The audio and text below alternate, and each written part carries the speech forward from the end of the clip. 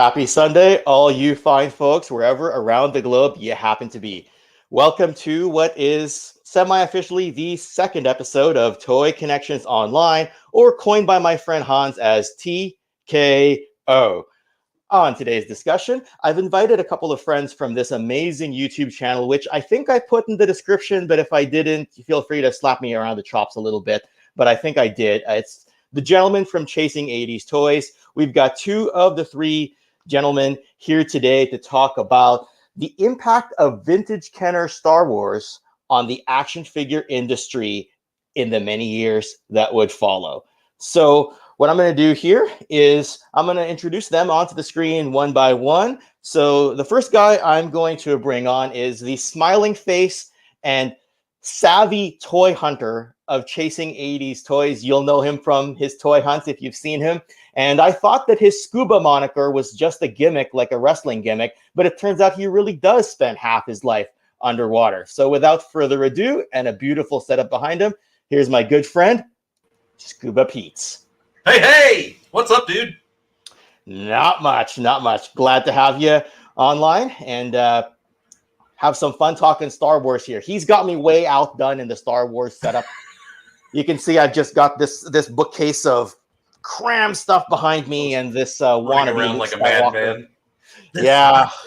Yeah. So any beer. gossip and a beer? Any gossip you got on Jeff before I bring him on? Because right now he can't talk back. He can't talk back right now, so he's muted. I love it, But I'm going to talk very nicely because I still owe him a few $100s on Eternia. So I'm going to say he's a gentleman and a scholar. And I will echo those statements. So without further ado, right after this long blurb I've got, but you've got the, what do you call it? The big brains and semi-brawn behind Chasing 80s Toys. Tons of great insights on some of the old action figures. And I really enjoyed the time that he went over some of the old vehicles. I think he talked a bit about the Rebel Transport on an old video. And that's when I was like, this guy's got passion and I got to get him on live. So without further ado, we got our other friend from Chasing 80s Toys, Mr. Jeff Barker. Hello, everybody. Pete, you better have my money. PayPal's in the mail. PayPal's in the mail. And you'll notice Chris Miwa is not with us right now. He sends his condolences. He's on the road, and I've dared him to rush back home and jump on StreamYard for the last few minutes, but he doesn't think he'll make it, so he sends his condolences. And let's have a quick hello to the chat. We've got our good buddy Keith Knight. We've got Paul's Collectibles, The Dragon Reborn. Hey, Carol. We've got Peppermint Oil Capsule. We've got Gaz, who was on last week. We've got Ryan Sweeney, who was on last week. And we've got Manga. Right. Dude. And we've got my doppelganger in the chat as well. No, I don't have a ghost account. That Ken Poe guy that really there's Goji. Nice. Oh, we got Gojatron too? All right. We got the Gojatron. I think you guys featured his collection on an episode of Chasing 80s Toys. Great months back. So, check it out. It's cool. Yes. All right. Got a great channel going now too.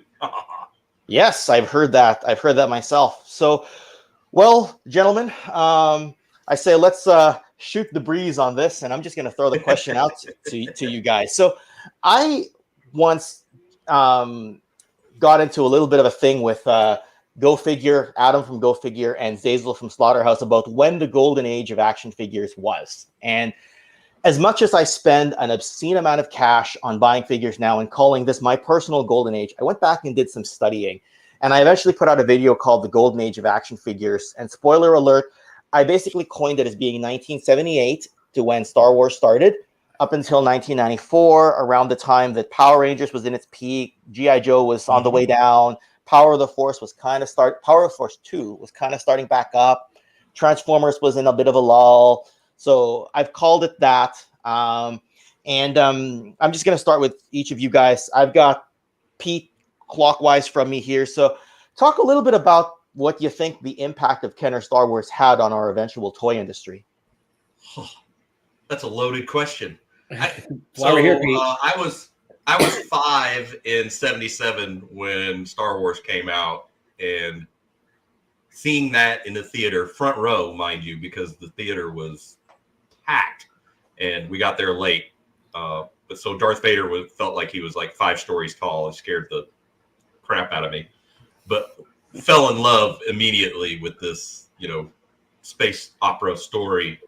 And then the fact that, not that while later, you could actually get the toys. You could get these figures and act out scenes from the movie or just make up your own. That blew my socks off, because up until that point, it was kind of like adventure people. That was my playtime. I've talked about that, filling up the bathtub and jumping in there with all my Adventure people. There you go. There you go. 5 POA goodness. And we had big adventures. I took those, all over the place. But the fact that I could have Luke or R2, Princess Leia, and vehicles, act out that movie, earth-shattering. Awesome.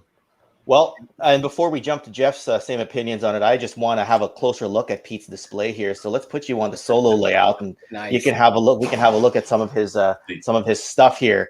You got an AT-AT. You got a carded. That's I'm mine. teasing Jeff. I found this Right. vintage AT-AT for Jeff. Yes, it has the chin guns, but I wanted to tease him and have it on the table for him. I need that. And you can see the chin guns better now than we could before we jumped on. So. Yeah, they are Yeah. there. Yep. And then a nice Hoth set from Empire Strikes Back. I just got the TIE Interceptor over here. That was maybe about 4 months ago. Oh yeah. I've got that's my childhood R2-D2. Yes. And I know it is. I don't know if it'll show up on camera, but does he's now, got pink nail polish on the bottom, and that's how I know when my childhood fig. Yeah, I never did that with my toys as a kid. I never actually did it in such a way that was identifying my own toys. I just would never let it out of my sight. It would go in my pocket as a kid and everything. But yeah, that's actually a good way to do it. I knew a lot of parents did that, and I didn't find out till I was an adult. As for the loaded question, Jeff, let us know what you think about what the year 1977 and 78 brought to the action figure world. Well, since Pete's doing the age check, I was 7 when Star Wars came out. And so I was kind of right in the prime, boy sort of time for that. And I can still specifically remember laying in bed the first night after seeing it, just in complete awe, staring at the ceiling going, what the heck did I just see? Mm-hmm. And seeing it like 6 more times in the theater, because we'd go almost every other day as long as we could. And to me, I kind of agree with you, Cam. I also kind of think that it was ramping up before that. To me, it made such a huge splash, of course, because it was just this media sensation that like nothing had ever come across before.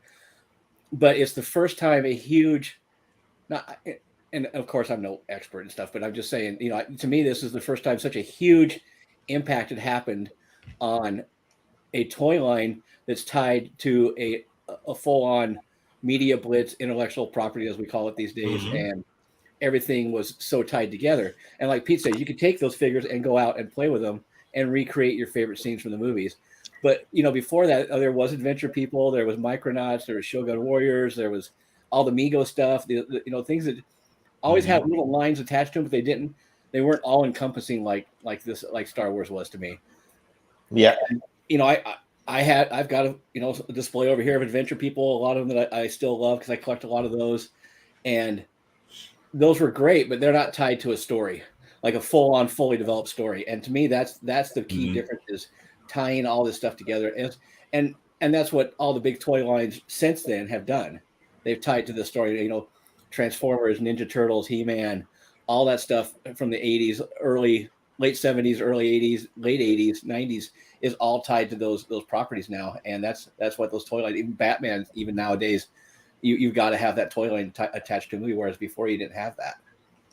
Absolutely. And as we tie those thoughts together, I also want to put you up on Solo Layout and just have a look at this setup you got there with the nice lights in the background and a nice mix of GI Joe and Star Wars stuff. And Pete, I was a blue-footed Nice. You had to keep your figures. You had to keep your figures separate from your friends. You know, I think at the end of the I think it's playtime. hilarious that that's such an organic thing that everybody did.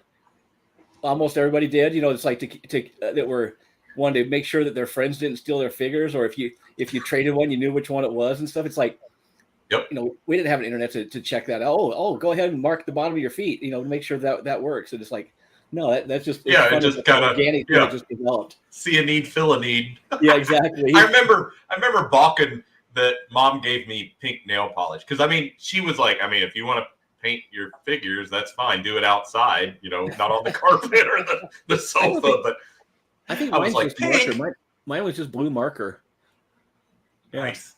Yeah. Well, you know what? You guys definitely have me beat because this R2D2 has absolutely no nail polish at the bottom whatsoever. So it feels like he lacks a personality. But I didn't get this as a kid. I got this back a few years ago when my friends at Cherry Bomb Toys had the original 12 set, and I could kind of just cheat my way into buying the first 12 figures. And right. I echo both your guys' statements. I mean, Goji put up a nice thought here that I agree with you know he does think that you could argue easily that the Golden Age started just a little bit before Star Wars and were both influential before Star Wars. So that is true. Like if I coin it as being 1978, by and large, I'm omitting the Mego era, even if they went partway into the 80s. Well, I think also the sizing of the figures, you know, the influence of the Japanese stuff like Micronauts and some of the Shogun Warriors things that came out. It's just that influence for that size was, you know, that's the moment where it allowed all this stuff to really happen because I think a lot of people underestimate the value of scale of these figures and the impact they've had on them because it allows you to have these vehicles and stuff. I mean, that's the big debate these days with 6-inch figures.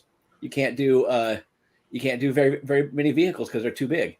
So that scale thing, I think, made a huge impact, you know, on storage at homes, on the shelf life, that kind of thing too. And that's just it. Is we'll probably get a bit into the vehicles as well, and that's why, like at that scale, you could play with vehicles. Whereas like Mego was a bit bigger, GI Joe was a lot bigger, and you could kind of do stuff with some of the play sets. But as things got more expensive, all of a sudden, you couldn't really do the same thing anymore. Right. Yeah. So what I'm going to do here is I'm going to pull up just because we are talking about the genesis of the Star Wars figure. This is the early mail away kit. So this is just an online image. That's so beautiful. Isn't it? Yeah. It's so cheesy though. Still, it's so cheesy, but yet it's so beautiful because of the nostalgia they have tied around it. Can you? I mean, I'd love to have one of those original ones like that. Right. Yeah. Yeah, and I didn't even know this thing existed until like many years later, watching Toy Hunts on TV and people going gaga over this. And I remember being more of a Transformers and G.I. Joe guy. I was like, what's with this? It's just a big piece of cardboard. Right. But then you say that to a Star Wars fan and they're like, no, that was the start of it all. You gotta give the respect. Pete, did you ever have that? Oh, yeah. No, I wish. I never did either. My first figures were just going to the store. What was it? Toy Palace, I think it was. And just getting them on the pegs. Yep, you know, same which here. Good Lord. And seeing that aisle, I mean, the way they stacked product then, you know, where it's like, wow, there's like 50 TIE fighters, you know, stacked to the ceiling. And of course, being that small, you know, again, it's like, what is that? 3, 4, 5 stories? I would love to see when they finally ramped up fully, like say late 78 or so, what the production runs were like for these, because you're right. Every store had stacks of them and they were gone like that. And then they just redid them. The distribution and the manufacturing behind all this. I'd love to see numbers one of these days. I mean, that was a whole, everything is out there. One side of the aisle was nothing but Star Wars.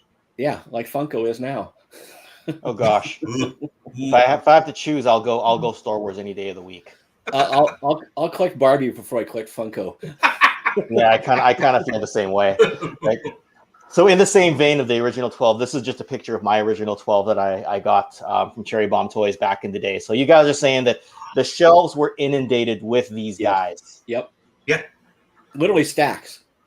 Wow. I mean, you not just it was Children's Palace. That's what it was eventually. But like service merchandise, you know, when your parents were going to service merchandise, which was like a shop from the catalog kind of place. Yep. You know, they could be looking at a lamp over on one side of the store. And of course, we're over with the toys and the bikes, and they had plenty of Star Wars figures on pegs over there. So, you know, if you were good and you behaved and didn't cause trouble in the old service merchandise, you know, like each one of you, my brother and I, you could go pick one figure, you know, and that's what they would be there for an hour picking out a lamp or whatever. And that was good because we needed like an hour to go, okay, which figure do I want? Yeah, that's the way ours was. Ours was the town next. I grew up in a really small, you know, 2,500 people town, and the town next door was bigger and had a little mall with Ralph's Toys and Hobby in it. And that was just a treat to go there, to drive the 25-30 minutes to go to the mall and go to Ralph's Toys and Hobby and pick that stuff up, or go to Sears and see things on the rack there and get the catalog to look through. And man, there was two publications I lived for when I was a kid, and it was the Sears catalog and the TV guide with all the new cartoons on Saturday mornings. Right? They came out. The preview edition. And man, and yeah, so Ralph's Toys and Hobby, there literally were stacks, you know, end caps and aisles. You to the point where you'd have to find someone to help you if you wanted to get a vehicle down. You had to like have someone help unstack it for you to get the things. Yeah. Yeah, it's like, I would like a land speeder, please. Yeah. All right, well, it's going to take like 5 minutes. Right.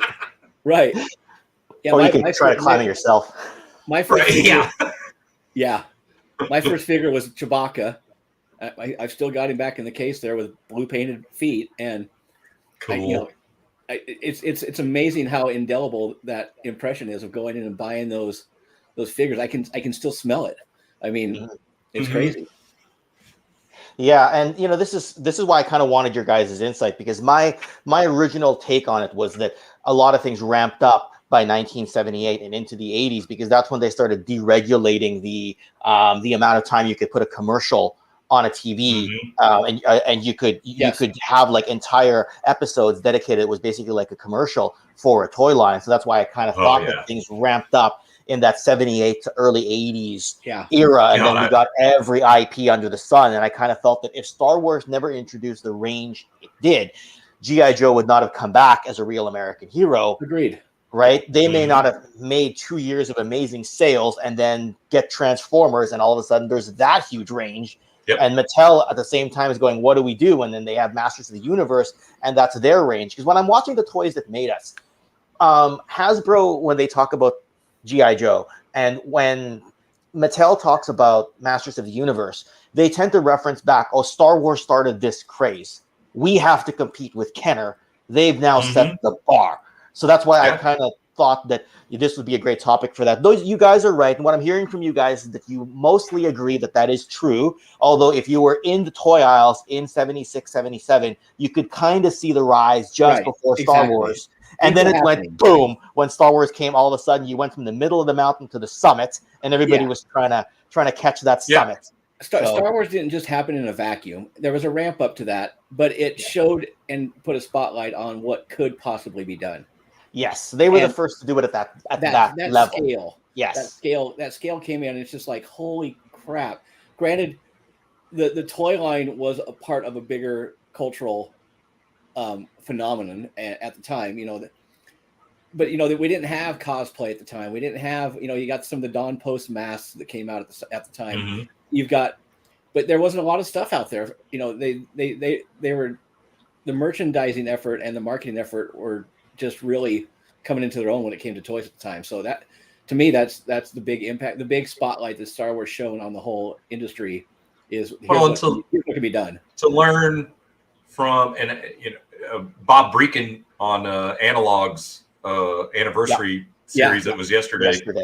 To hear him again reaffirm and talk about the fact that both Palitoy and Hasbro were like, secretly behind closed doors with no communication, both working on, okay, we need to take our 12-inch figures and get these to 3 3/4 scale like Star Wars. Yeah. And the fact that they were brought out at both toy fairs within a few months of each other. Yep. The fact you've got these two giant toy companies both coming to the same conclusion of, we got to get on this. That's right. He did talk a bit about that yesterday. And for anyone who, a lot of you guys in the chat will have already seen it, but Tony from Analog Toys was able to get Bob Breakin, the original designer from Palitoy Action Force, and the current Action Force owner, Bobby Valla, on a stream to kind of put the 40 years anniversary of Action Force together. So the fact that Bob still brought up very great stream, and the fact that Bob still brought up the Star Wars is changing the game shows exactly the impact that we had. So like me not really growing up with Star Wars and growing up with G.I. Joe, Transformers, we may not have had the inundation of product if had not been for Star Wars. But on that same note, guys, from as you start to get towards the Return of the Jedi era of Star Wars, now you've got other product on the shelves. Was the 5 POA, did it feel limiting after a while? This time we'll start with you, Jeff. Yeah, actually, I think it did. The thing that I wanted to be able to bend their knees. That was the biggie for me, is being able to bend knees, and I wanted more action poses with my figures. And I thought, I'm not sure exactly if that hit me right away. I think it might have, but that was the only thing. It's like, you got your Star Wars figure, and he's either standing there with his, doing the goose step, or with his legs in the air, or his guns are out, and that was kind of it. And then whenever he's set in a vehicle, it had to be like reclining on a couch. Yeah, exactly. Yeah. And so it's like, it was cool. And don't get me wrong, it changed my life. But there was that one little piece that was like, I wish these guys. So, and I think that's one of the main reasons I jumped on G.I. Joes too, when they came out. Granted, Star Wars was ramping down, G.I. Joe ramped up, and that crossover time period. But yeah, so I think that's the reason. Grant, I think that's the reason I switched over to G.I. Joe eventually, was the detail of everything, the military aspect of it, which I loved, and then the articulation. Did you feel the same way, Pete? Much the same way. So let's not gloss over Empire Strikes Back, the best Star Wars movie ever. Agreed. Hands down. I will fight that battle on top of that hill, but I know I'm not alone. You're not. So 1980, Empire Strikes Back, and we go from, wow, this is great, to just like, holy hell, the amount of product, play sets, explosive, right? So they're just feeding us. And I'm just like, more. Right. All in on Empire Strikes Back. But then there's this lull where there's nothing new from Star Wars, right? And then 82, here comes G.I. Joe. Yep. And yeah, like you said, they can bend their knees. Yeah. They can bend at the elbow, and the later, version and a half. Now we have a swivel. We're like, what? Yeah. Oh, wow. That filled a void. I don't know, maybe in that, as we're getting a little older, and now we're starting to appreciate military and those toys even more. It really, they slid in there right when you were kind of like, hey, when's the next Star? Well, there isn't we didn't know there was going to be Return of the Jedi in 83. We were just like, okay, well, I play with my Star. Oh, look at the G.I. Joe. And that's, all in, just like it was for Star Wars and Empire Strikes Back. That was Joe. Like, amazing.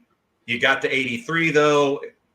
Obviously, Return of the Jedi, awesome film, too. Yeah. Some toys, but that's where, like, my younger brother had a few more of the Return of the Jedi, where I was just kind of like, because you got kid money, right? So you're like Right. G.I. Joe figure or Return of the. Oh, it's Joe. It's Joe.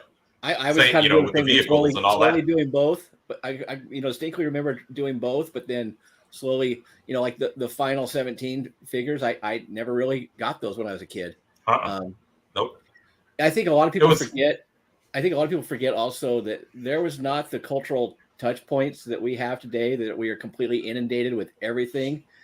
Back then it was a little bit of TV, a commercial here and there, which was cool. Magazines like Starlog, I'd try to pick up once a week, and seeing things on the shelf. And that was really the only way you knew stuff was coming out. Like I said, I was small town Idaho, and that was it. That was the only way to really kind of understand where things were at. What was the other one? The horror one, Fangoria. And, I would walk the block away to the Circle K and their newsstand and pick up Fangoria, Starlog, and Soldier of Fortune magazine. and that was the only way you kind of got news. And so you were months behind on things, and then seeing what was on the shelf. So it's, I think people forget how, and so like that mid 80s stuff, there wasn't any news really coming out on what was coming up for Star Wars. It was such a kind of a dry area at the time. I mean, I firmly remember seeing the Star Wars figures with coins and just going, a coins, coin, weird. Anyway, Joe, like, what Viper's out, or is that a Cobra Ferret? Oh, I want that. And the vehicles were a little bit more colorful in the Joe world, whereas Star Wars, you kind of had that same color being reused a lot of the time with the Empire fleet and with the Rebel fleet. Everything was kind of like that as well. Did you want to pick up version 2 Snake Eyes or the Imperial Dignitary? Good point. Yeah. I mean, Snake Eyes, baby. Right. I want slits. And it's so funny because I think your guys' friend there, Retro Blasting Michael, often said, like, even when people tell him there's some headcanon behind Imperial Dignitary, he's like, it's a guy in a purple dress and a thing on his head. Like, how much headcanon did you have?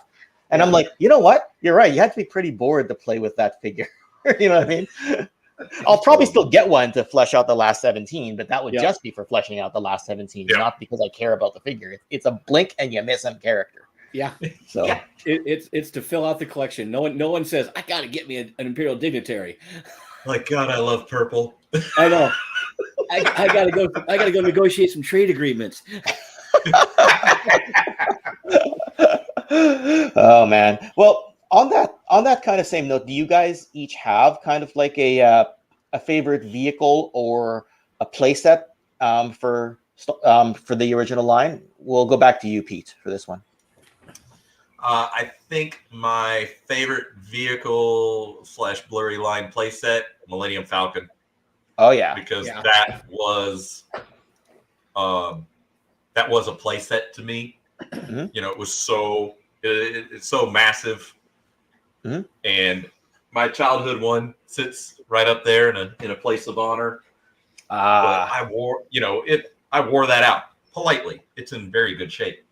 But the fact that you had all that compartment in the rear for acting out scenes that you had seen, great stuff, and you could fly it around holding that front pistol grip. Just killer.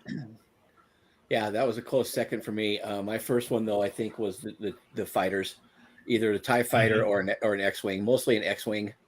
I love the plan form, looking straight down of an X-wing, and I still do. I still have my original one. It never came with stickers, so I built.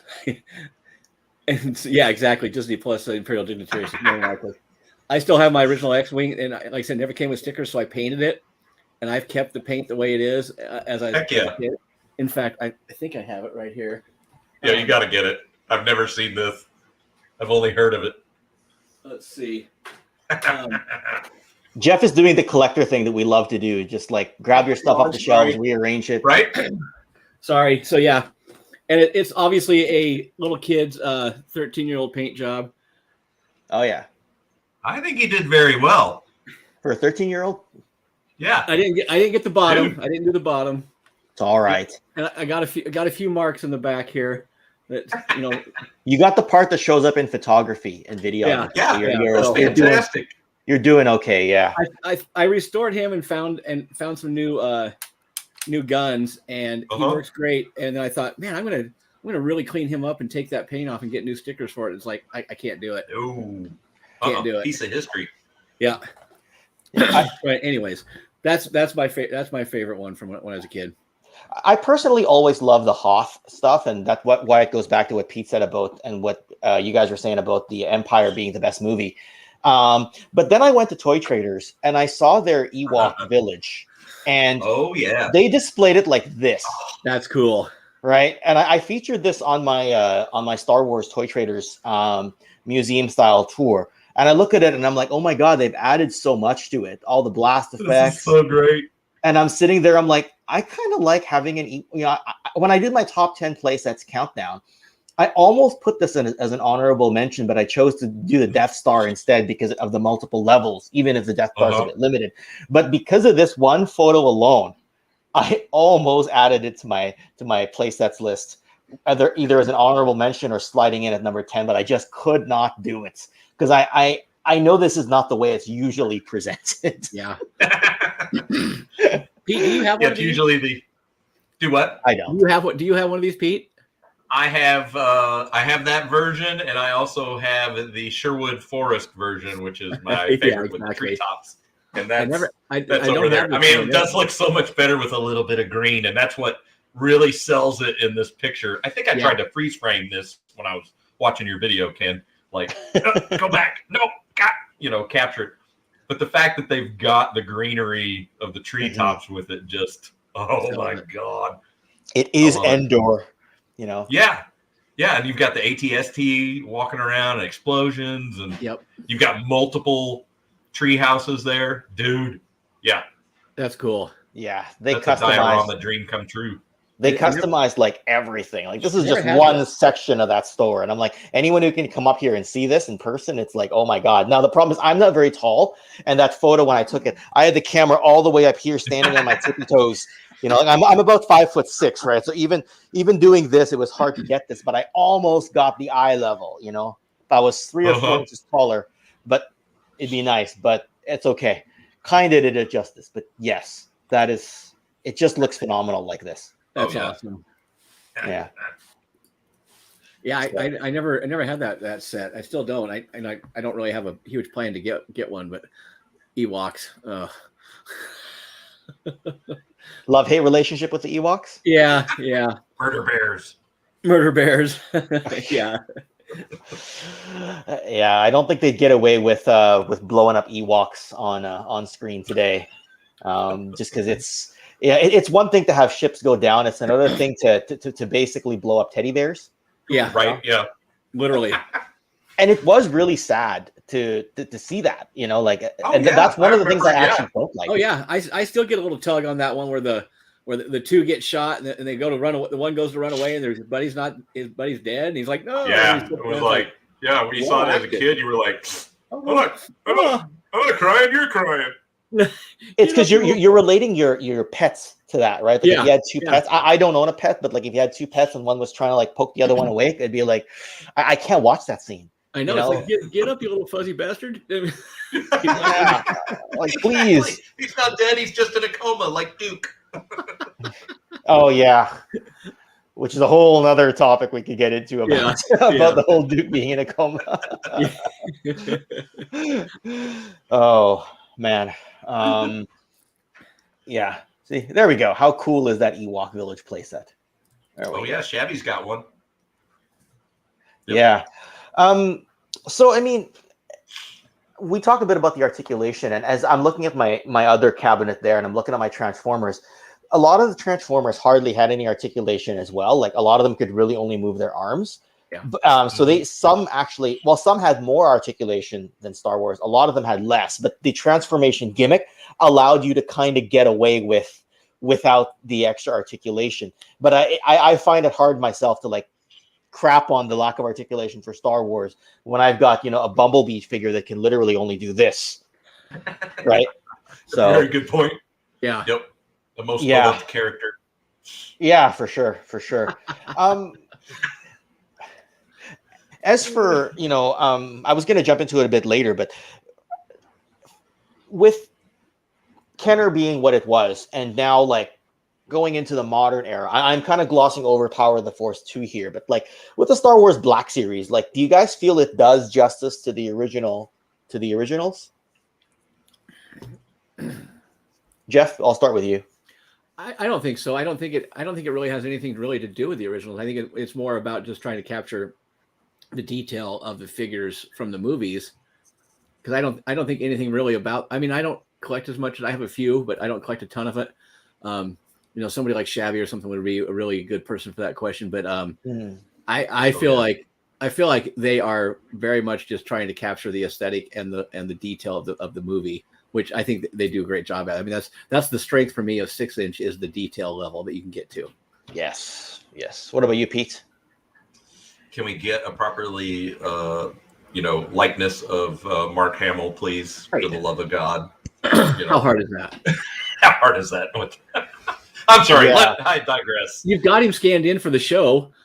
Just use that. Yeah. That's actually a pet peeve of mine. Now I'm going to do the collector thing and get up and so I really wanted to get all the Hoth guys, and I saw how bad the Hoth Snowspeeder, sorry, not Snowspeeder, but the Hoth version of him, of Mark Hamill was. And thankfully, on the recent Snowspeeder one, they managed to get it close enough. Yeah. You see the chin, better. You see the lips. So for me, that is my Hoth, Luke Skywalker. Yeah. When I look at Black Series, I kind of see it as an encapsulation of everything Star Wars. Like, yes, you can get the original the original trilogy worth of stuff, but at the same time as well, like if you wanted to get like a Qui-Gon Jinn, if you wanted to get a young Obi-Wan, if you wanted to get a Mandalorian Din Djarin, you could get all that, right? So that to me is what it is. It encapsulates everything Star Wars, Thrawn, whatever you want. So I think it does justice in a different way. I sort of just threw that question out there because, we're continuing on from the Kenner era and the legacy of the Kenner era and what it sort of inspired. For me, it really is a pick and choose as I see a character that is a much beloved character for me. Underneath this TIE Fighter setup is actually Black Series Han and Leia. With the plastic where you open it up and they're in the hallway, on Echo Base. Oh yes. So it's really about those individual characters for me. I know like Shabby's collection, as you mentioned. I mean, it looks like a holochronicle library. I mean, it's huge. So freaking impressive to see it all there. But I don't feel the pull to try and duplicate that massive collection. It's just kind of pot shot here and there.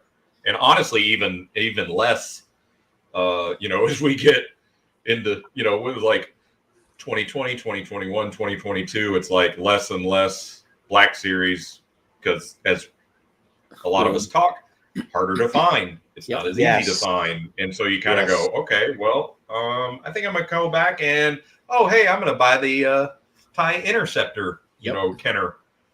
There's holes in my collection that I can fill with some kick-ass vintage Kenner goodness. Yeah. Without, the headaches of modern. And the room. I mean, look at the size difference between actually. Yeah. I'll just be right back, gentlemen. But keep talking there, Jeff. Yeah. I mean, the size difference, if I can. Ooh, now we rule the stream, Jeff. I know. Ken's gone. We've ruined him. I mean, look at the size difference between the two. Granted, he's gorgeous. Oh, he's look at him doing his action pose, like, hey, can't really do that with him, but man, just I would love to see what the marketing research that Kenner has that did. I'm in marketing as a profession on the creative side, and so I know all this stuff is driven by this research that I'm sure is out there someplace, that's proprietary to them, and whether good or bad, is there research saying as far as kids playing with these? Are they doing these for the modern day collectors that's in their 30s, 40s, and 50s? Or do they actually want kids to go out and buy these and play with them? I suspect they don't. I suspect it's for the modern collector only to a large degree. I mean, anecdotally, I've seen a few kids in toy aisles as I've been, stalking them, trying to find stuff. Mhm. And they're like, oh, let's go get this. And I've never heard someone say, oh, I need to find that Luke Skywalker Black Series. No one ever, no, it's too complex. Yeah, it's too big. If my target's any indication, the kids are picking up Fortnite. Yes. Batman figures from like the new movie. That type of stuff where what is it, robotics? Do what? What is it, the robotics or Roblox or whatever that they have out there now? Yeah, there's the Fortnite stuff. Yeah. Yep. Yeah, it's just, I mean, that's the other thing. Or I mentioned it earlier. You just can't find Black Series for the most part, short of Lando Calrissian peg warming still Orlando. Still. So you just kind of go, eh. Well, and the cost. I mean, look at the cost of these things. Yeah, that's a very good point. Yeah, it just keeps creeping up, and I'm like, at what point? And I think I was at that point maybe 3-4 months ago where I was like, why do I have all these pre-orders? And when I actually wrote down the amount of money in pre-orders, oh God, it was rather astonishing. You canceled. I'm like, why am I doing this to myself? And so I canceled probably 99% of them. And that was across the board with like classifieds, Black Series, vintage collection, retro. I was like, nope. And went back in like, I want to go toy hunt vintage anything. That's all I'm doing these days. I am not buying any more modern stuff. I'm all about vintage only. As you see those price points get more sickening. Yep. By the day, by the month, it's like, you gotta be kidding me. Yeah. So it's. Now, I'm sure there's. Go ahead. No, go ahead. I can say for me, I think it's the price point. Yeah. Sorry. Thanks. You go. It's the delay. I'm sure there's still going to be a figure out there that's going to pull, heavily at the heartstrings or whatnot. But I'm all right every now and then getting one. But yeah, I'm like $40 for a modern. I'm like, I'm really not feeling it. But yeah, and hey, I found a Rambo figure yesterday for $25. Now that I'm loving. Well, and I'm saving my money for things like the holes in my vintage collection, like my lightsaber R2 I just picked up this. Oh, that's a great point. Yeah, it's like I'm not going to spend $30-$40 here and there to get figures that I'm not emotionally invested in, which I am for these Star Wars figures. And I agree. Yeah, and when you're down to the last 17, you're like, okay, that's no small chunk of change. Yeah, I mean, you got to get your A-wing, and it's just, it really is to me. The collecting is all about the emotional investment in it, and as you can see, I'm emotionally quite damaged because I've gone way overboard with a lot of this stuff. Aren't we all? Yeah, I mean, and I'm limited by space. I've got a 10x10 bedroom that's my office that I work in every day. Plus, it's my collection room. Plus, I've got my comics off to the side here, as well as Joe's, and so I think a lot of us are limited by space. I know a bunch of collectors who have stuff that are just in boxes and stored still. They can't display it. Yep. Yeah. So when I see you guys display your Eternias and USS flags, I'm very, very jealous all the time because my USS flag is in boxes, and the flag and the flight decks are along a wall inside my garage. So if Jeff says 10x10 space, I'd be happy with an 8x8 space, just so you know. just saying, like where here or on the identical wall over there am I going to throw a Millennium Falcon? Nowhere. Maybe I could hang it from the ceiling above this table, but even that, then I would never see it, never touch it. Got to dust it off every few months. Yeah, I think a lot of us are in that boat. Yeah. But who knew that? And this goes back to the topic of the whole thing. Who knew what sort of collecting craze? Like if you take Kenner Star Wars out of the equation, I don't think we have the industry anywhere close to the industry we have today, right? you would still I don't have think like, so. maybe you'd have Cowboys and Indians or Mr. Potato Head still being the bestseller out there, and it just wouldn't be the same. Like we might not even have Funko Pops because what would they make characters of? Well, and You know? as much as we disparage Funko Pops, you got to give them credit for keeping the collecting vibe alive for a lot of people and bringing in new people to do it. I was in our big mall locally the other day, and for some stupid reason I went into Hot Topic, and there's a wall of Funko Pops in Hot Topic, and there was a couple like 16-year-old girls going, "Oh, I want to get this one. I got to get this one," and it's like, as much as I disparage and for me personally don't like Funko Pops, that was cool to see, and because it's like you got people who are into. And they're not collecting because like, oh, I got to build a collection, but I think they're collecting because they like the characters and what they're doing. So I think that's really kind of cool.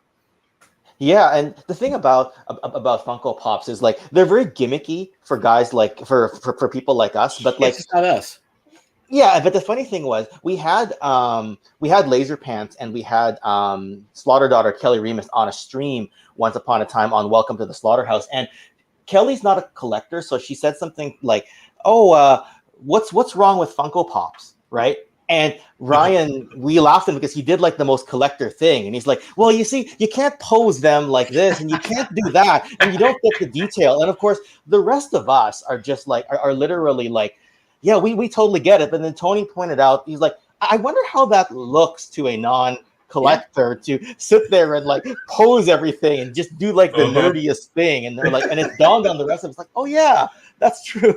So, well, and I don't know if I've ever seen a Funko Pop out of its box. yeah, that's true. There's a few around our house. No, they're not mine. Right. They're not mine. Right. But they are out of the box. And then there's a lot in box. Yeah. Some characters just work well. Yeah. So I mean, I love what Funko's is keeping that thinking and that vibe going. I like that part of it a lot. But yeah. So yeah, I think that goes back, Ken, to what you're saying as far as I really do believe late 70s, 80s, 90s was the golden age of collecting and for toys for us. Yes. You talk to our parents, that was, Cowboys and Indian stuff and Howdy Doody and late G.I. Joes and Barbies and things. And so every generation has their thing they glom onto, like we are doing here. Yeah, for sure. And sorry, I just got to kick my kid out of the room. He thinks he doesn't realize I'm live right now and doesn't realize there's people actually watching the screen. So I'm gonna have to kindly like shoo him off, and we'll play a little bit later. And I've got a cat scratching at my door right now, so doing the same thing. It's like, get out. Yeah, it's just he's trying to film me with his tablet, and he's trying to make a joke. He doesn't realize that. All right, you got to go back to the TV. We'll roll a play later. Now, I'll start counting. 1. There you go. He doesn't. No, he doesn't actually. He's not scared. He doesn't use that. Okay. All right then. Now go. Sorry. We'll talk soon. All right. So, and he doesn't go anywhere. He's sitting there. He's still sitting there watching me. All right. You guys keep talking. I'm going to punish someone very, very mildly and very lightly. Tune in and see Ken. You're watching Beat Your Child. All right. You know what? Come on to the camera. Why don't you come here? Yeah, have him on. Come say hi to the boys, Mini-Me. This isn't a serious show. This isn't serious. All right, Mini-Me. What does he like to play with? What does he do? What do you like to play with, kiddo? What do you like? What's your favorite toy? Daddy? No, Daddy's not a toy. He's the object you make fun of. Yeah, he is. Right? He is a jungle gym. Yeah. Yeah. So okay. That's what gets me is like, the manufacturers and stuff these days. What's their research showing? As far as doing stuff like that, what's driving them to produce what they're producing?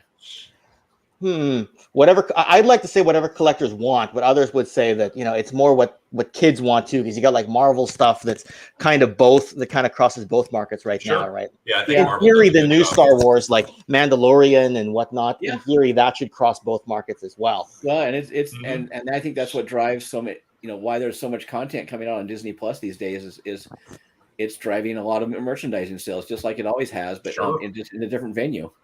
And that's what I wanted to touch on as well about Disney Plus and sort of like, are they paying the right respect and homage to the Star Wars that a lot of us grew up with? No, I don't think so. Don't think so? Yeah. I think it's completely different. Whenever I watch, I have Disney Plus. I watch all the new stuff, and I will continue to watch the new stuff. But to me, I mentally disassociate it from the stuff I grew up with. There's not to me, it doesn't tie in, And if they're going to do something to ruin, a storyline, I don't need to see every single minute of every single day of a certain character and their backstory, Keith. And yeah, exactly. To me, that's what's ruining it. It's like go play in the universe. It's a big universe. Go find something new. And that's what was nice about Mandalorian is it was something new. That's a very good point about Mando. Yeah, it was. I think that's what's so very appealing to me is that it's familiar, but I don't know where we're going. And I mean, I don't need to see that. I was talking with Shabby last night about Obi-Wan, and we're like, so we know he lives. Right.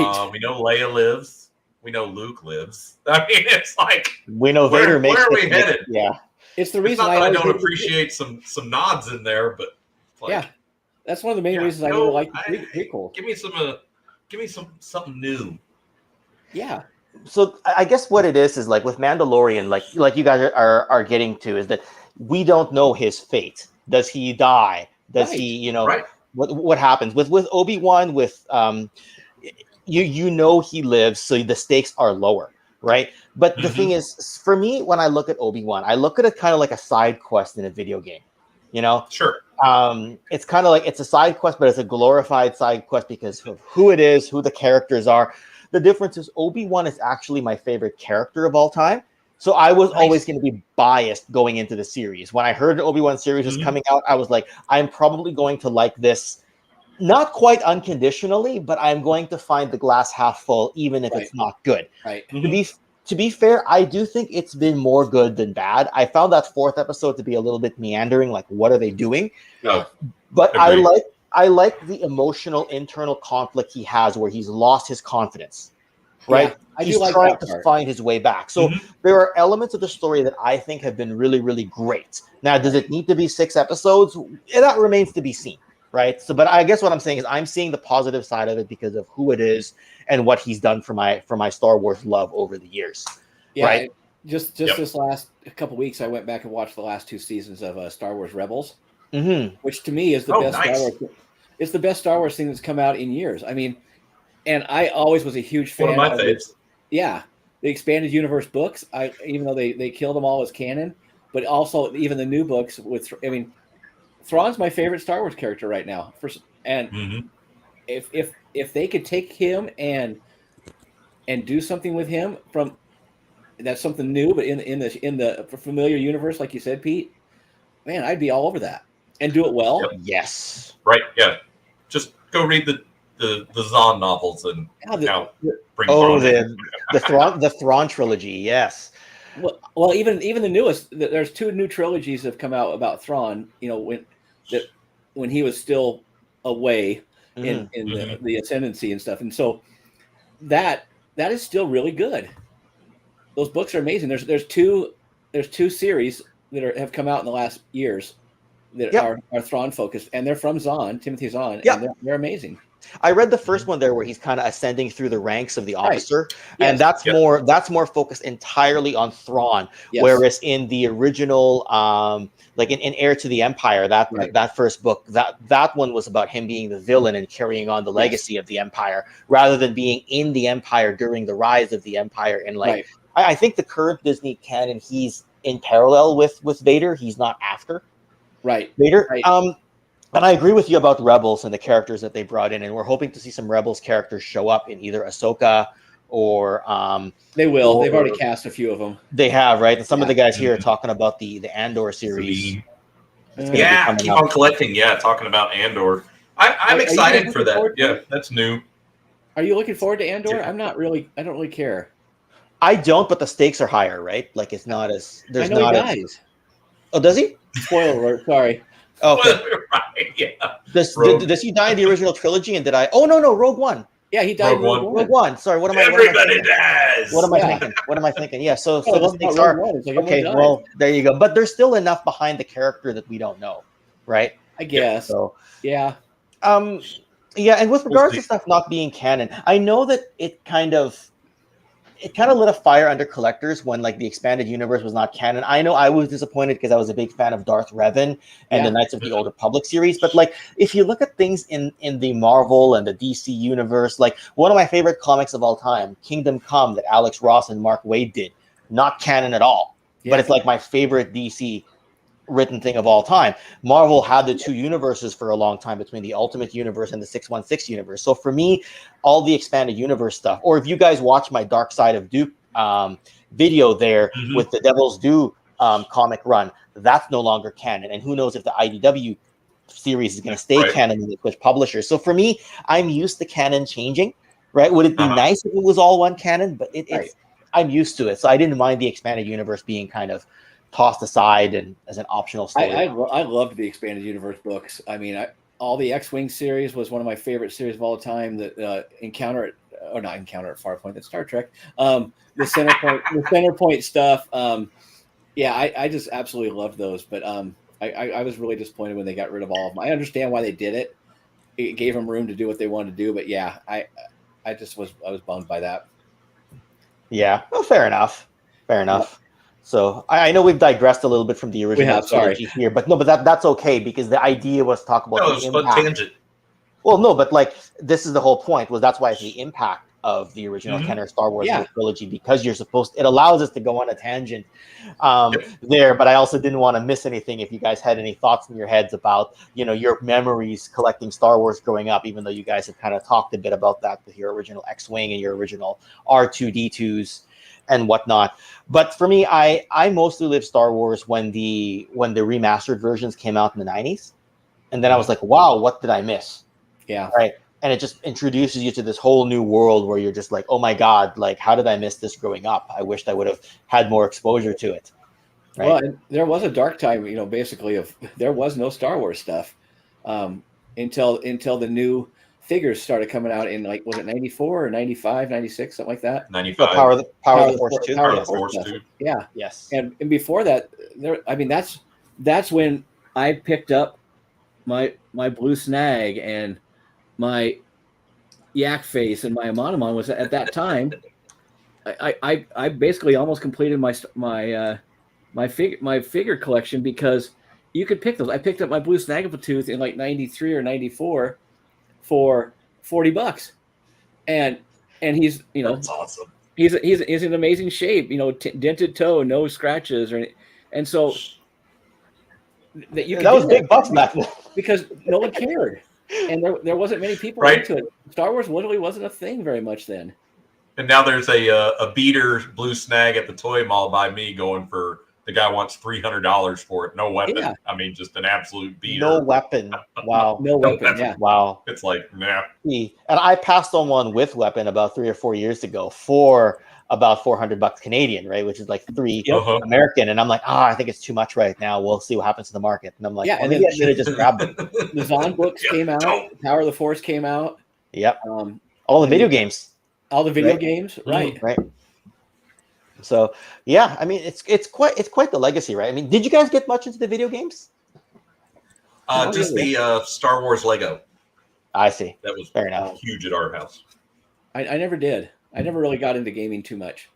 Yeah, I mean, for me, the first one was Shadows of the Empire, which is kind of cool because it takes place in between Empire and Return of the Jedi, and it introduces you to, I guess, what was his name, Dash Rendar, the friend of Han. But I kept dying at the Giant Diagonus scene, so like I have a huge hate for Giant Diagonus because I get 80% of the way through the game thinking it's a foregone conclusion I'm going to win at the end, and the Giant Diagonus must have killed me 50 times, and I just gave up and I never played the game. No.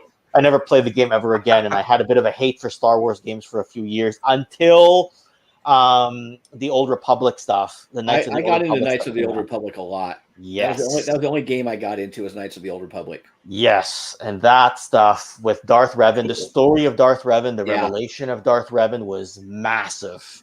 Was a massive thing for me. That was great. Bastila Shan remains one of my favorite characters. Yep. Right. So if they bring back characters, I think on not so much the deleted scenes, but on some of the bonus content of the Rise of Skywalker, I've heard that there's reference to Darth Revan, and he's technically still considered canon. So that would be really nice if they somehow rope him back into the universe. It's just crazy though when you get to a point in a property. Star Trek's the same way, where you're talking about what's canon and what's not. You know something's went off the rails when you have to talk about what's canon and what's not. It's kind of crazy. Well, because there's generally you're still talking about properties, or we're talking about properties here that have a generally centralized accepted canon, right? There's a lot of properties out there where the canon just kind of goes everywhere. Like, what's the official Masters of the Universe canon? I don't know which one it is. No one's controlling the reins. Right. And Transformers, what's the official canon? Is it the G1? Is it the comics? Is it, is it the new War for Cybertron? It's definitely not the Michael Bay movies. I'll never accept those as canon. Right. So, yeah. And you mentioned the comic stuff too, and that's the same way. Howdy. And the comics, collecting the comic books for Star Wars back, the 80s and stuff, 70s and 80s. So there's some weird stuff going on in some of those comics. That's where sure. Paul's Collectibles that's in the chat. He and Bailey have a new series where, because you guys are starting to talk about characters that I'm like, who? Yeah. Because I didn't read all the books, but they've got on his channel a new series where Bailey's explaining to me, in lay terms, who these characters are, because I'm like, I don't know who the hell that is. Yeah, it's crazy. You got a giant space bunny running around in a spacesuit with these ears flopping. It's like, where the hell did that come from? I did not actually know where that character came from. So, I'd be happy to learn some of this stuff. I only know the expanded universe if I read that book or if I played that video game. And that's it. And there's still so many others out there. Right? It's fun to learn something new about Star Wars every day. Yeah. All the time. I mean, I'm not an expert. No way. I'm not either. I mean, we all have some knowledge, but obviously we're not experts. Yeah. Especially, I like I said, because I'm in the creative space, marketing for a profession. So I have a real interest in why did they do what they did, what's driving them to do what they're doing now. What were the numbers behind things? What was the marketing goals? What was the business goals they were trying to do? And like right now, the modern day stuff is like I don't even know what the hell they're trying to do. And so I'd love to sit in some of those meetings and find out what's going on. Jackson. Yeah. Jackson is canon. Yeah. I love it. Yeah. Space Bunny. Yeah, absolutely. And that's part of what the discussion is today as well, right? Like you could enjoy Star Wars just as an original trilogy, or you can take everything that was kind of around it. And the problem, it's good and bad, because you can have stuff that's just not good. Like, a lot of us are not fans of the sequel trilogy, right? We think that they kind of, kiboshed the legacy that was built. And I feel there's a lot of people who do like Last Jedi, but I think that there's a fundamental difference between a jaded Luke Skywalker or a jaded Obi-Wan Kenobi, right? I mean, Luke Skywalker saves everyone, and then he's completely jaded by episode 8. Right. Whereas Obi-Wan Kenobi, he's jaded, but he feels like he's failed, He thinks Anakin is dead. He's watched his master die in front of him. He was the general during the Clone Wars, and it all just blew up in smoke. Right? Yeah, he's lost. He feels like he lost, whereas Luke won. And I'm like, so why is he? Yeah, I mean, and there are things I like about the sequel trilogy, but it was mostly like, why did they do that? Like, the lasting impact is why in my mind. And I'm not, you guys know me, I'm a glass half full kind of guy. I'm not a critical type of guy. I wanted to like it, and I tried as hard as I could. But it's like glass 1/3 full. That tells you something right there, when somebody who wants to like it can't. I mean, if you look at if it was, logging my watch hours, it's like original trilogy, like a gazillion times. And then the sequels, Twice. I've seen them once. I've seen the last two movies once, and I don't know if I'll ever see and them it's again. hard to watch again. And thank you, Mark Shabby Geek. I now know I have to pre-order something else that I don't have room for, but I must have Basta See, Shabby knows. And hopefully she's got her double-bladed yellow lightsaber. That would be freaking amazing. And I agree. The Shadows of the Empire was kind of a cool event. I get into the minutia on some of that stuff. I still listen to the soundtrack that came out for Shadows of the Empire. They had it had its own score and everything. And I remember it vaguely, but yeah. There's some cool music in some of that stuff. I'll have to check that out. If you're into soundtracks, which I love listening to soundtracks all the time. I still listen to Wrath of Khan soundtrack every day. And it's just because the music is just so evocative of things. It's almost, to me, the music is right up there with if you hit a certain smell that triggers a memory. Yes. The music to me does the exact same thing. And yeah, Shadows of the Empire's got some good stuff. So here's a question for you. Did you guys fall into I'm going to call it a trap, the Power of the Force 2 trap as an older collector? Did you think in the 90s, like, holy cow, this is going to explode? Yep. I totally did. I got to the point where I knew the guys at Walmart and Target, the shipping guys, and I would show up at night and wait in line with 2 or 3 other guys to get the cases boxed, and they would sell them to me, even though they put a stop to it after a while. And these guys would still, like, hey, come over here, and we'll sell you this whole box of stuff. Or because you got to get that one, you got to get that one short boxed figure. It's like they got 5 hands, but they've got one of this of just one a certain kind of 3PO or something like that, or one Boba Fett per case. Yeah, I used to go, and I just sold all of my Power of the Force stuff about 3 or 4 years ago, and just took a bath off on it. It's so overproduced. I've got like 3 or 4 carded figures still, and that's it. Only like my half circle Boba Fett hand carded figure, or a Dagobah Luke that has a long tray with a short saber in it, and it's just like I don't miss it. So on that same note, when I did see some of that stuff on pegs in like 94, I think it was 94, 95 when it came out, I always look back and say, thankfully I was into something else. Because that was the peak era of Power Rangers, right? And I was still at the tail end of elementary school, right? So I could still have an excuse to get into it. And Transformers had its Generation 2 resurgence, so I was all into that. So while I saw all those green and blue Power of the Force cards, I think they were green and blue. Yep. So I would just completely avoided it. And I wondered if I was missing something, like when Episode 1 came out, and I'll probably jump into Jeff Morris's comment here in a little bit about the prequel trilogy, which we'll get into before we wrap up. But I wondered if when the prequel trilogy came out, did I miss something big with Power of the Force 2?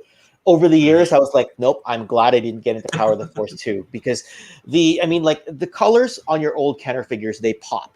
But the Power of the Force figures, the colors felt really dull. I don't know if it was a plastic they use or whatnot, but it just felt like it was really dumbed down. Well, and I mentally made the leap to like them, because even though when I first saw them, I'm like, what's with this, Connor? And it was like, what's with these bulky bodybuilder figures? Do you know the way to the Imperial Gym? Yeah. What? It's not, it's not going to help your, it's not going to help your aim, right? Move along. Yeah. You can go to the gym all you want. You still can't shoot a blaster to save your life. Yeah, exactly. I got through that, and it's just like, I've got one sitting here. It's like, that Stormtrooper's uglier than hell. It is. And he's got his his feet, stick. I don't know. It's just, that wide stance. Yeah, they just suck. Did you just throw that? Yeah, I love it. I got him in a lot, and his foot is chewed off. Oh, no. So it's like, chewed off by you when you were pissed off at buying I don't know. figure, Somebody painted his butt. There was gnashing of teeth. Yeah, rending of hair, of gnashing of teeth. It's like, oh my god, he sucks. So I'll jump back to the comment there about the prequel trilogy and kind of the how it lived up to the original trilogy and the original toys. Well, P, why don't you start us off? Your thoughts on the prequel trilogy? I was genuinely excited for that. I mean, having some, like you said, we're coming out of the dark times, and now we're nothing there. What? There's going to be a new Star Wars movie? This is what we do. Yeah. Like, yes, Phantom Menace. Are you kidding me? You know, the teasers and the holy crap. Yeah, Darth Maul. Yeah. Yeah, Darth Maul. Just you're like, okay, I'm in. The first time you heard Duel of the Fates, you're kind of like, oh, son of a bitch. What? Yes. Yeah. Yeah. And you were getting that product, on pegs. Not that I didn't pull the trigger on buying a bunch of, like, I just a few figures here and there. Our daughter was young, so it was got the Padme side of things that was appealing to her and to me. Like, hey, this is something cool that we can share. And she's still that's her Star Wars is the prequels, and I love that she has that connection to Star Wars through those 3 films. Yeah. And then, as she's gotten older, she does enjoy the original trilogy, but she's still, which one are you talking about? Like, I have to tell her the episode number, and I'm like, oh, I love you. But yeah, episode 4. Original, prequels, sequels. I'm like Star Wars. Disney And Plus. she's like, what number is that? And I'm like, yeah, the generational thing. But it really is. Like I said, I love that's the prequels are her Star Wars, and she likes that story a lot. I mean, we both hate Jar Jar, so I'm all right with that. And I guess Jeff, you echo the same sentiments, I guess, to an extent, Jeff. Yeah, Pete made a good point there. Those movies, there's somebody out there that likes those movies more than anybody else. Mm-hmm. And likes the sequels, likes the prequels, likes the originals. I mean, it really is a generational thing of what you first got into Star Wars with, and really triggered you into liking those. And yeah, I just they're not for me. I mean, the prequel stuff. I when they first came out, yeah, it was so exciting. It was so cool, and I was knee deep into it. I was in my 20s, and I could I had some money finally from a career. My best friend at the time was in the Navy. My best friend from high school, and we were huge Star Wars fans, and he still is, and he still collects with me to this day. And he was home on leave. I think he was on leave or something. And we actually made a point to go see and made a point to go see Star Wars together. And we were like, it was full on mandate sort of thing. And we went, and we came out of there. We both looked at each other and went, "What the hell was that?" I mean, and it's like the Darth Maul stuff was cool, and the fight was cool, and that was probably one of the best lightsaber duels I've ever seen. But I can't stand that kid, and it's like, there were some moments that were captured that were really amazing, but for overall, we're like, oh, okay, we're done. Yeah, I feel like the original. Sorry, see, I'm doing it. The prequel trilogy aged better than anybody expected because of the impact it had. I agree. And how if you just want to go back and watch either Duel of the Fates or Anakin versus Obi-Wan, you can, because somebody will have clipped it on YouTube and taken the copyright hits for it. Yeah. And someone will have done it, or they'll have accelerated the scene by to 1.25 speed so that it doesn't, so that you can watch it without it being pulled down. Yeah. But yes, I mean, I was a teenager when the prequel trilogies first started, and I remember saying this is going to blow the wheels off everything. I think I even made a bet with a friend saying that the Phantom Menace is going to outdo Titanic at the box office. Yeah, and I don't think it did. I don't know. But my friend never came to collect, so okay. And I remember liking it for different reasons. Like, the original trilogy will always have the best story, the best development, probably the best character arc in a trilogy. Though I will argue that if you look at Obi-Wan's arc on everything from the original, the prequel, Clone Wars, and the current Obi-Wan series, I think Obi-Wan has the best overall arc. But for a self-contained arc, the original trilogy probably with Luke Skywalker and the redemption of Darth Vader was probably the best story-wise. Yep. But the flash and flare of those lightsaber scenes, Darth Maul jumping around, all the lightsaber stuff in Revenge of the Sith was just mind-blowing. Like when the prequel trilogy is good, it's good, and those scenes are unbeatable. When it's bad and the bad lines, whether we blame the actor for delivering it or whether we blame the writers for writing it poorly, it's outright bad. Like it's a tale of two sides. I find the writers. That's a good point. I blame the writers too, right? Like with the prequels, you're either fast forwarding scenes or you're rewinding to rewatch scenes. Yep. Right. And that was my issue with it. Whereas with the originals, you're watching it all the way through because every line matters. There's no throwaway lines, right? There's no throwaway scenes, right? You know, and even the throwaway characters are there in the background to help flesh out the scenes. So that's kind of my take on it. Well, I found with the prequels, even when the storyline was like a little, I divert to like the backgrounds, the scenery, the machinery, the mechanics. Yeah, I like seeing like, oh, that's a nod to what a TIE fighter is going to look like, or that is kind of Death Star-ish, you know, on the droid control ship. You know, you can see where that came from. Lineage. There's some lineage on those. Yeah, that's In the absence of a gripping story, I tend to, even on Obi-Wan, like episode 4, I'm like looking at the architecture of the base. Yeah. You know? Yes, absolutely.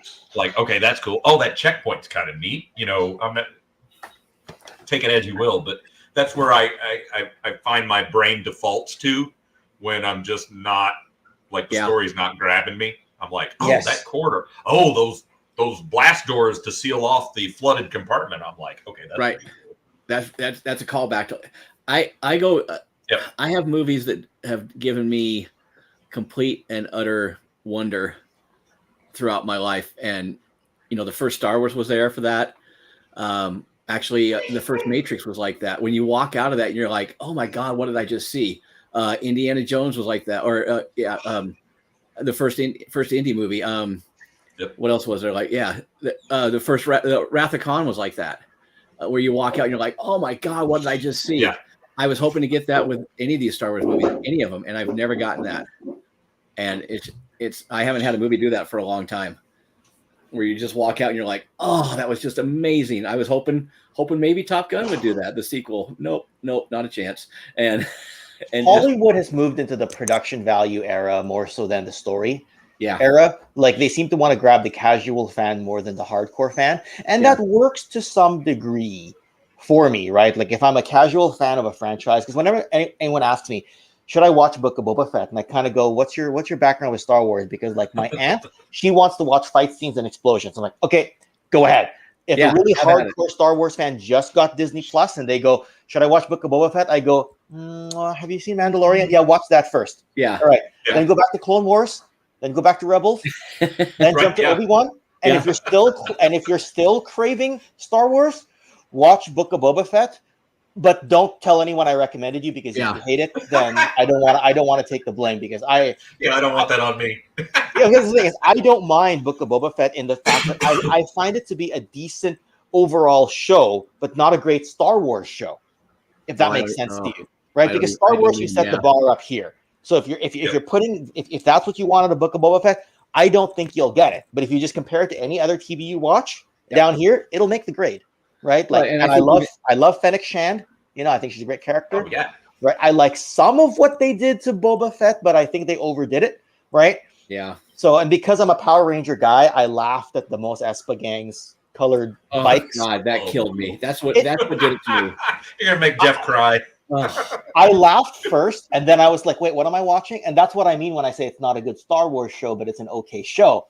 Because for me, it tickled a certain itch, but it felt really out of place. And it took me about 5 seconds to realize that this is really out of place. God, the whole mods thing, that, you know, to me, it's like the scooter gangs of the 50s in England, the mods versus rockers thing, where they had scooters and they have the big mirrors. And it's like, that's not Star Wars. That's England in the 50s and 60s or whatever, with, you know, mods versus rocker motorcycle and scooter gangs fighting each other. And it's just like, Why did that have to be brought in? I'm sorry, digression. That's totally okay, right? Everything we're You know comparing what? to is Star Wars here, so it's fine.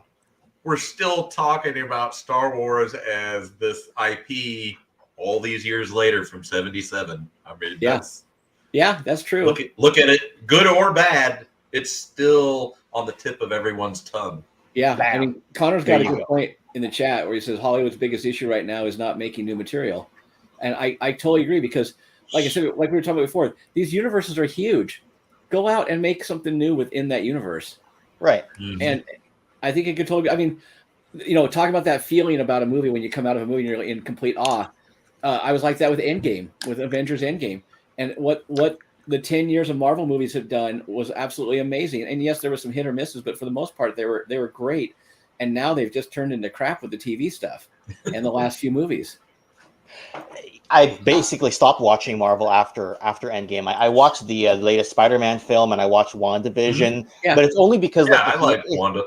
I like Wanda. That's the thing, right? Like I read House of M, which is largely what WandaVision is based on. So that's partly why I appreciated it.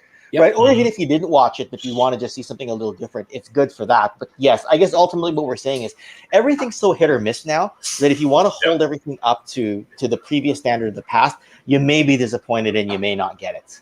Yeah, so. I just there's nothing is special anymore. It's just a fire hose of IP stuff being thrown at you, and fire hose of fun. A fire hose of fun, exactly. It's so true. That's so very accurate.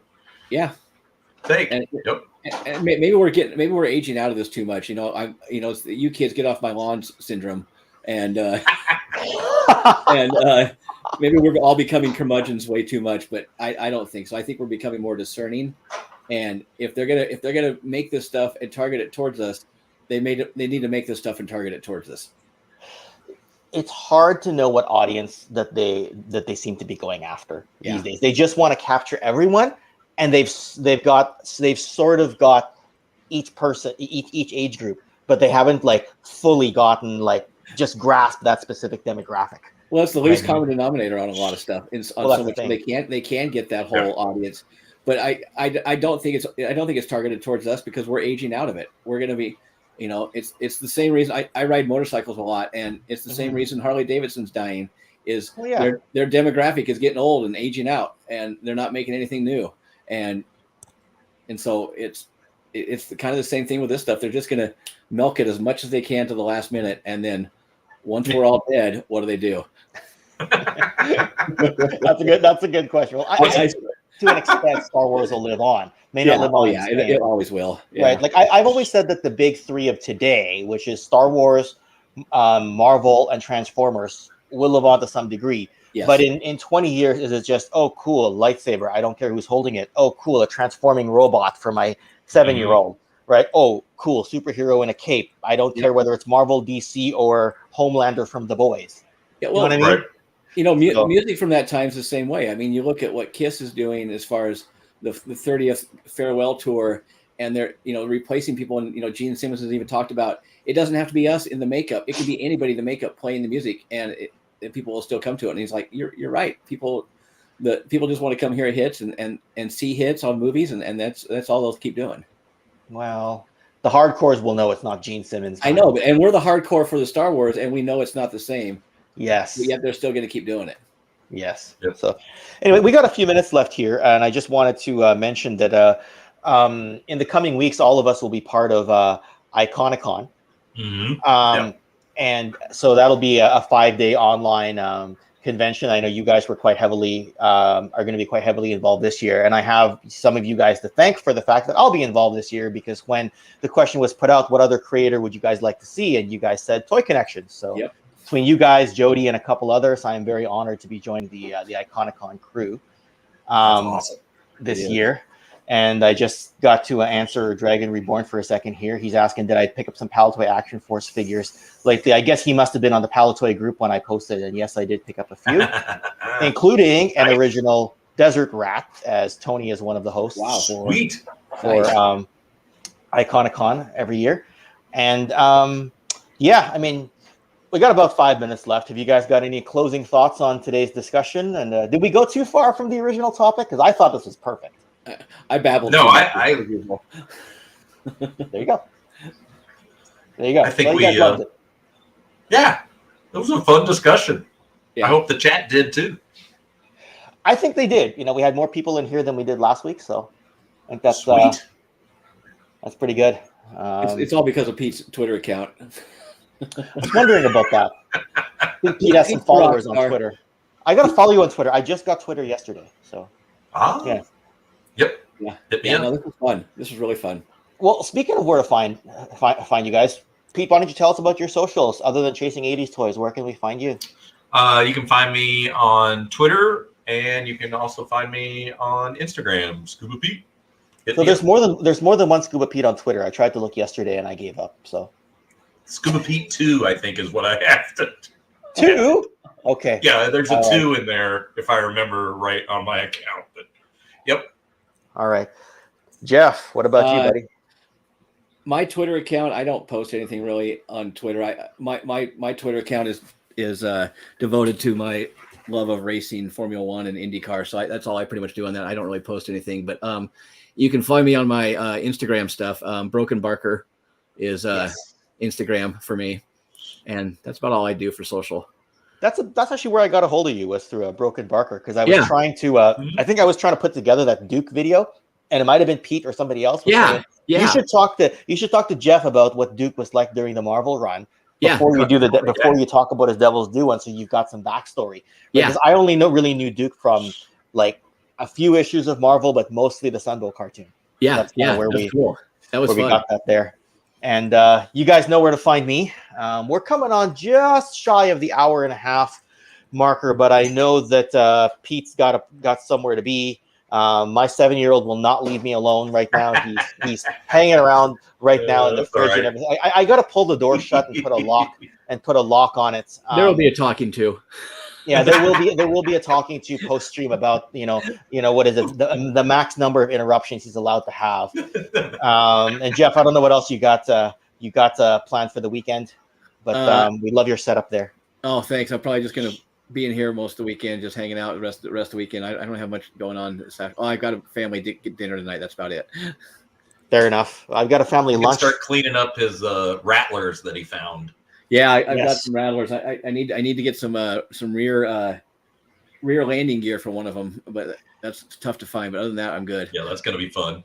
Yep, and an Eternia playset to keep saying goodbye to. Oh no, wait, is it the other way around? Oh yeah, you're the one selling the Eternia to Pete. Yeah, we're gonna drive and meet halfway in Denver. Yeah, we're gonna do and we will video that when it does happen, probably this fall before the snows move in on the Rockies. Yeah, Eternia, part of it's over there. There you go. Are you both going to be going to Joe Fest then, or no? We are. Yep. Okay, so you guys can. Have you guys met in person before, or no? We never have. No. So it'll be Joe Fest. Okay. There'll be a lot of hugging. There's gonna be some serious bromance. There's gonna be a lot of hugging, bourbon, and we're gonna pal around the sales floor there and do some toy hunt content. Probably I'm trying to have make that a later list on the of things I channel. want to get. And, allegedly, I'm going to Joe Fest in 23, so maybe I'll see you guys there, even though I'm not going to make the one now. But there is a local toy show for me on the 26th on the Sunday up here. It'll be the big 220 table one, so I'll be doing a toy hunt at the same time that you guys are doing a toy hunt. I'll just be in a different part of the continent. Very cool. It's so great that these events are back on. Yes. And we can all meet up, from our cyber connections. That's just one of the best parts of this hobby. Yes, absolutely. Oh yeah, the community is the friends that I personally have made have been amazing. And still continue to meet new people. Mm-hmm. And you know what? That was one of the things I said before we jumped on here, just before we hit live. I said I could talk to you guys for 5 hours straight. Yeah, I know we've only got 90 minutes booked right now because we've all got commitments. But this was so much fun. Glad to have you guys on. And, thanks for having us. Yeah, thank you. And I will definitely see you guys at Iconicon, and I'll probably talk to you guys before that. Yeah, and definitely. I appreciate a couple new subs that have talked about my channel here in the chat. And for those of you guys who aren't familiar with Chasing 80s Toys, you guys should definitely subscribe to that if you enjoy toy hunts, music from the 80s, anything 80s. That is the channel to go to. They don't digress much. We miss Chris.